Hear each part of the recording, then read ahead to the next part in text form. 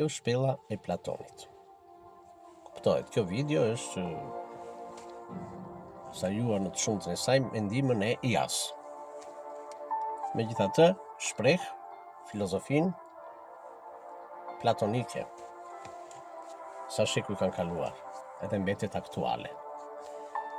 Në këtë shprehje të Platonit jetonin njerëz që ishin të lidhur, të prangosur, qysh nga lindja e në vazhdim.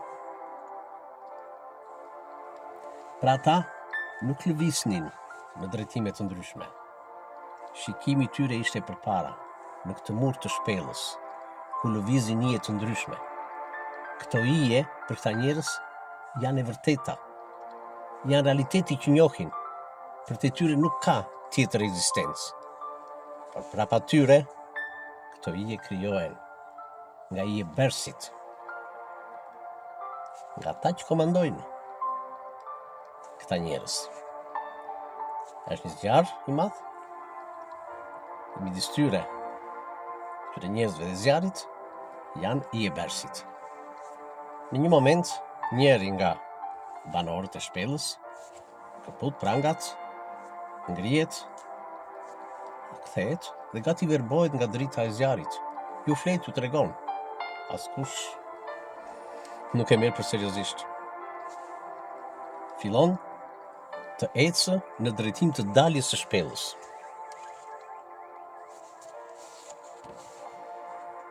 Del nga shpella edhe ndesh me realitetin e vërtet që fillon ta besoj, ta shikoj, ta ndjej, ta shijoj. Këtë realitet krejt ndryshe nga realiteti që njihte para daljes nga shpella.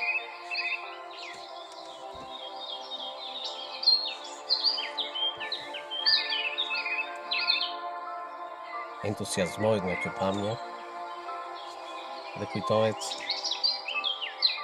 për banorët e shpellës. Kthehet, shikojeni, që t'u tregoj të vërtetën. Ajo botë që ekziston brenda shpellës është iluzive, jo e vërtetë, e manipuluar.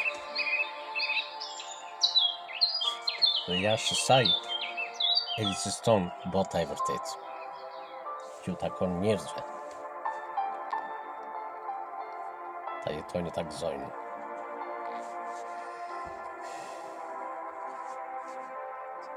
Çfarë kujtoni? Se e besojnë?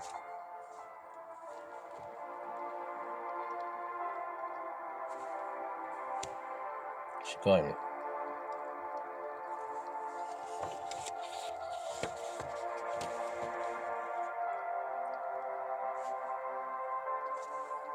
Gati janë ta vrasin. I sulen, do me thënë. Tallen, qeshin, dhe kur ai ngulmon që t'ju heq prangat, janë gati ta vrasin. Sepse nuk e besojnë. Sepse besojnë atë që ju është ngjizur, qysh në lindje, e derisa u madhuan.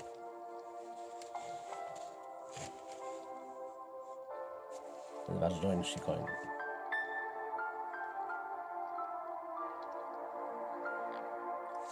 I jetë.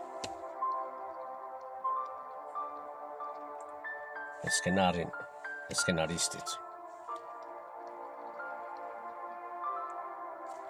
Pak jetojmë në këtë botë. Iluzionet që na duken si realitet, dhe realitet që na duken si iluzion.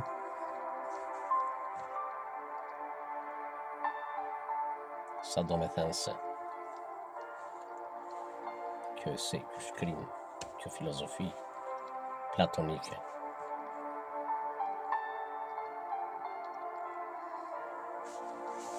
Shpesh jetojmë në hije, të dashur miq, të formuar nga psiqika, nga mendja, nga media, politika, propaganda e tjera, nga sistemi.